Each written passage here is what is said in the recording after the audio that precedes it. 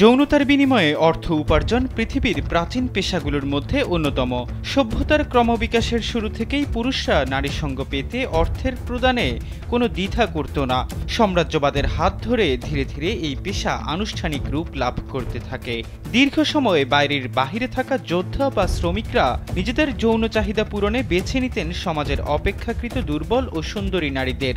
তবে কোথাও কোথাও যৌনতার বিনিময়ে অর্থ নয়, স্বর্ণও পেয়ে থাকেন নারীরা, যদিও তা মাঝে মধ্যেই জীবনের হুমকি ডেকে আনে। কিন্তু পরিবার বা নিজের দিন যাপনের কথা ভেবে বহু নারী বেছে নেন এই পথ। যৌনতার বিনিময়ে স্বর্ণ দেওয়ার এই প্রথা প্রচলিত আছে দক্ষিণ আমেরিকার দেশ ব্রাজিলে। স্যান্ডেলিনা সো, রূপচর্চায় আভিজাত্য। বিবিসির এক প্রতিবেদনে জানা যায়, ব্রাজিলের উত্তরে পারা রাজ্যের ইতাইতুবা শহরটি অবৈধ সোনার খনি বাণিজ্যের জন্য বহুল পরিচিত। সেখানে নারীরা নিজে ও পরিবারের চাহিদা পূরণের জন্য বেছে নেন স্বর্ণখনিতে যৌনতা বিক্রির মতো রাস্তা। তেমনই একজন ডায়ান লেইথ। তার বয়স যখন মাত্র 17, তখন তার স্বামী মারা যায়। কিন্তু স্বামীর দাফন কাফনের ব্যয় বহন করার মতো সামর্থ্য ছিল না ডায়ানের। সে সময় বন্ধুদের পরামর্শে স্বর্ণখনিতে যৌনতা বিক্রি শুরু করেন এই নারী। তা দিয়েই অর্থ জোগাড় করেন স্বামীর দাফন কাফনের।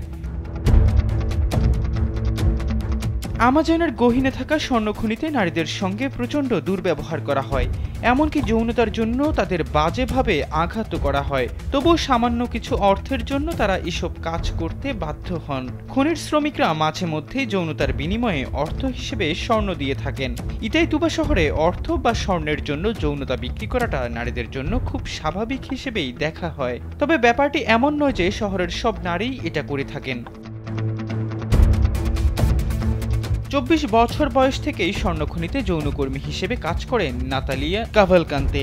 এর 4 বছর পর একটি মদের দোকানের মালিককে বিয়ে করেন তিনি। তারপর থেকে নিজেই একটি পতিতাপল্লী পরিচালনা করেন।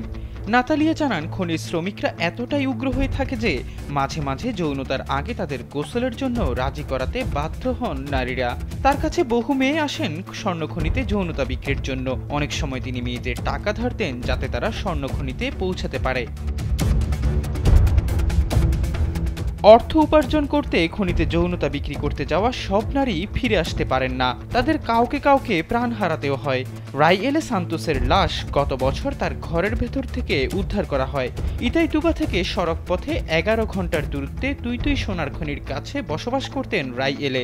রাইয়েলের বড় বোন রাইলানে জানান, এক ব্যক্তি অর্থের বিনিময়ে তার বোনের সঙ্গে শারীরিক সম্পর্ক করতে চেয়েছিলেন, কিন্তু তাতে রাজি না হওয়ায় ওই ব্যক্তি রাইয়েলেকে খুন করেন। এহসান আব্দুল্লাহ, কালবেলা ডেস্ক।